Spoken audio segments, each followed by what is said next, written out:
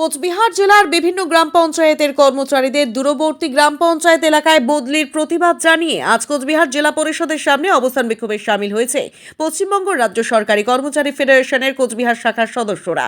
তাদের অভিযোগ, কোচবিহার জেলায় বিভিন্ন গ্রাম পঞ্চায়েতগুলির কর্মীদের বিভিন্ন গ্রাম পঞ্চায়েতে বদলি করা হয়েছে। তাদের দাবি, যে সমস্ত কর্মীদের বাড়ি কোচবিহার শহরে অথবা কোচবিহার শহর সংলগ্ন তাদেরকে হলদিবাড়িতে বদলি করা হয়েছে, আবার যাদের বাড়ি হলদিবাড়িতে তাদের বদলি করা হয়েছে কোচবিহার শহর সংলগ্ন গ্রাম পঞ্চায়েতগুলিতে।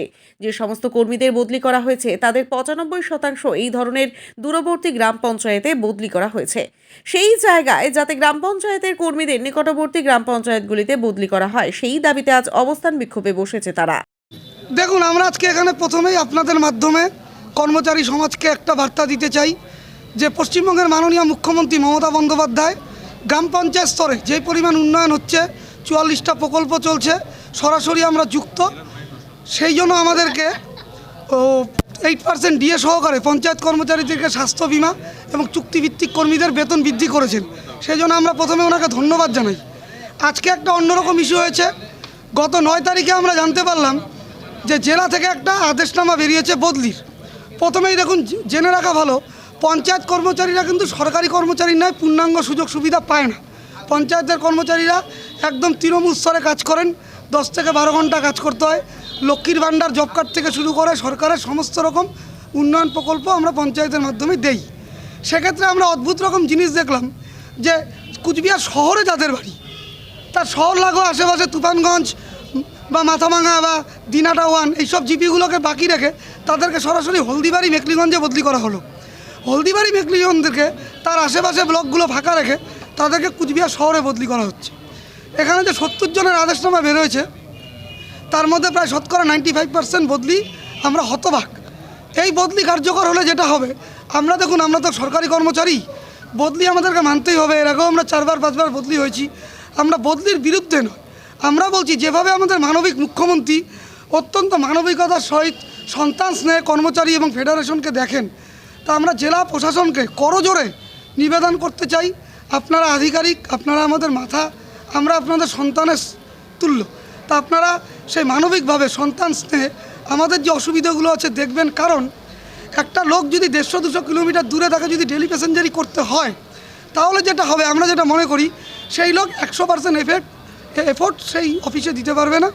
এর ফলে যেমন তার জীবন জীবিকা ব্যাহত হবে, সেই গ্রাম পঞ্চায়েতের উন্নয়নও ব্যাহত হবে।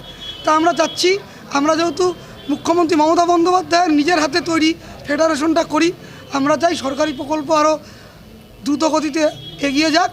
এবং এই ধরনের যে একটা ভুল একটা বার্তা গেছে এই পঞ্চায়েতের এই অর্ডারটার মাধ্যমে, আমরা চাই যে আমরা অনুরোধ করি আপনাদের মাধ্যমে প্রশাসনকে করজোড়ে নিবেদন, বিষয়টা ক্ষমাসুন্দর দৃষ্টিতে দেখবেন এবং এই অর্ডারটাকে সংশোধন করবেন, যাতে ট্রান্সফারটাও মান্যতা হয় এবং কর্মচারীরাও যাতে অন্তত বাড়িতে থেকে তারা যাতায়াত করে।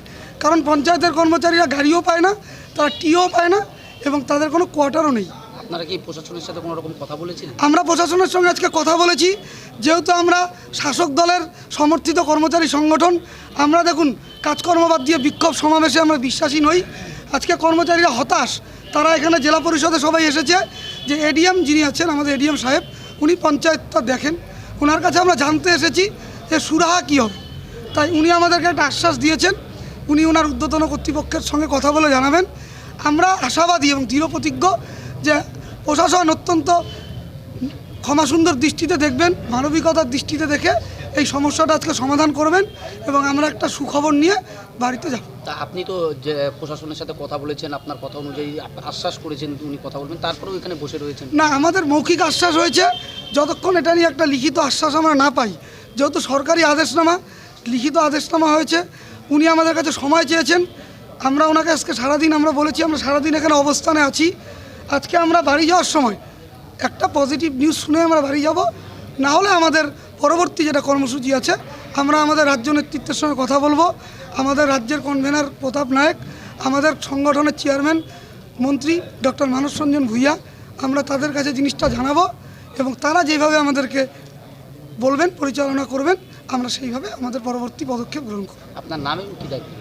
আমার নাম রাজদীপ আচার্যি, আমি পশ্চিমবঙ্গ রাজ্য সরকারি কর্মচারী ফেডারেশনের পঞ্চায়েত রাজ শাখার জেলা সভাপতির দায়িত্বে আছি।